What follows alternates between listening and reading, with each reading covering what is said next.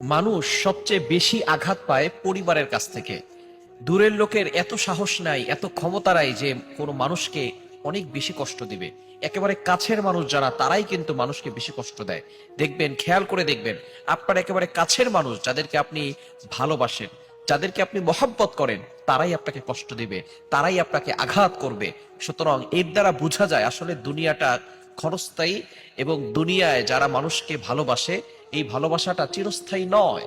কিয়ামতের ময়দানে যেই মা সন্তানকে 10 মাস 10 দিন পেটে ধারণ করেছে, সেই মা পর্যন্ত তার সন্তানকে ভুলে যাবে। সেই সময় একমাত্র আল্লাহই থাকবে আপনার সাথে। সুতরাং দুনিয়াতে আপনি সকলের সাথে বেশি সম্পর্ক করতে না গিয়ে আল্লাহর সাথে বেশি সম্পর্ক করেন। আল্লাহর সাথে সর্বপ্রথম বেশি ভালোবাসা, তারপরে বেশি সম্পর্ক তৈরি করেন, তারপরে আপনি অন্যান্য মানুষের সাথে ভালোবাসা তৈরি করেন। তাহলে দেখবেন কেউ কষ্ট দিলে আপনার বেশি আঘাত লাগবে না, কেননা আপনার সাথে একজনের সাথে বেশি সম্পর্ক আছে, তিনি হচ্ছেন আল্লাহ। তার সাথে আপনার বেশি ভালোবাসার সম্পর্ক রয়েছে। সুতরাং ওই আল্লাহর সাথে সম্পর্ক থাকলে কোনো কষ্ট আপনার কাছে কষ্ট মনে হবে না।